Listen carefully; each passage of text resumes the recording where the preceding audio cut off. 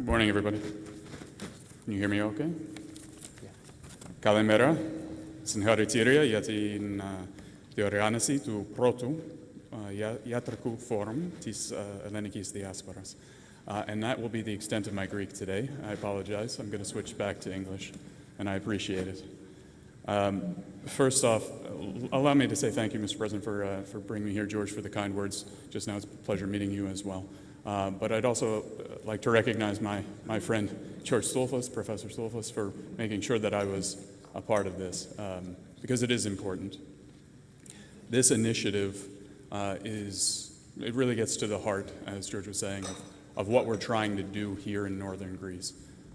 One, make the connections, build the networks that exist here, but more importantly, really leverage the connections that already exist and build upon the ones that have the potential. And those connections are not only between all of our invited guests from the United States, and I'm glad to see so many of you here, but also right here in Greece between the academia and business partners that the United States so values in northern Greece. Why? Because, quite frankly, our bilateral relationship right now is at the highest level that it's been in modern history, honestly, and it keeps getting better. The strength of that relationship you can see in the media, you can see from all sorts of presentations and initiatives that we are currently focused on at the embassy and here in the consulate. But it's really based upon the long history and the long people-to-people connections that exist between our two countries. So while the official ties are strong, the real vibrancy of the relationship exists in the kinship, the friendship, the partnership, and the collaboration that are already here between our peoples and our societies. I'm sure you've seen the news that on January 7th, the Prime Minister will be traveling to Washington, D.C. We'll have meetings at the Oval Office. Key, as we work towards those meetings, a key part of all of that will be the homogenia, the diaspora events that will be there. But it will also be focused on what are the deliverables of this, and what are we actually hoping to get out of this increasingly positive relationship that we have with Greece.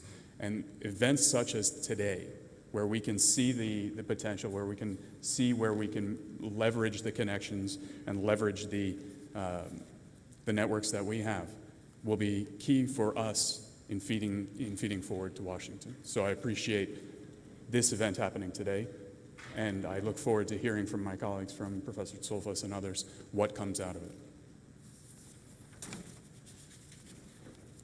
Now, as you all heard last night from Minister Georgiadis, I cannot compete with him, but many of the connections that are already here are in fields that I think you are all very familiar with. We're very excited about the Pfizer Center that will be opening up. We are very excited about the various investments that are coming in, especially here to northern Greece. But the key for me here in northern Greece is to make sure that those investments are well connected with the academic partners that I value up here.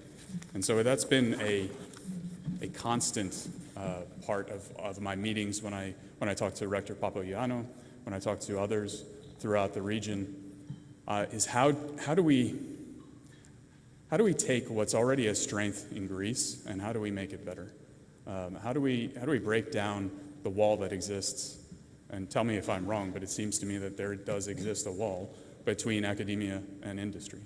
How do we take the momentum that we are so proud of in the United States government that we've built up here in northern Greece from the Thessaloniki International Fair in 2018 and onwards, step by step to foster entrepreneurship, to strengthen the spirit of innovation that exists here, to encourage the students that I run across from Aristotle, but also from all of the other institutions that are here.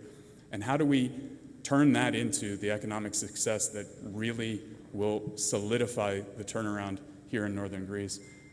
And why is that important for us? Because that will solidify Greece as the strategic partner that we see this country as, the pillar of stability in a very fluid and difficult region at this time.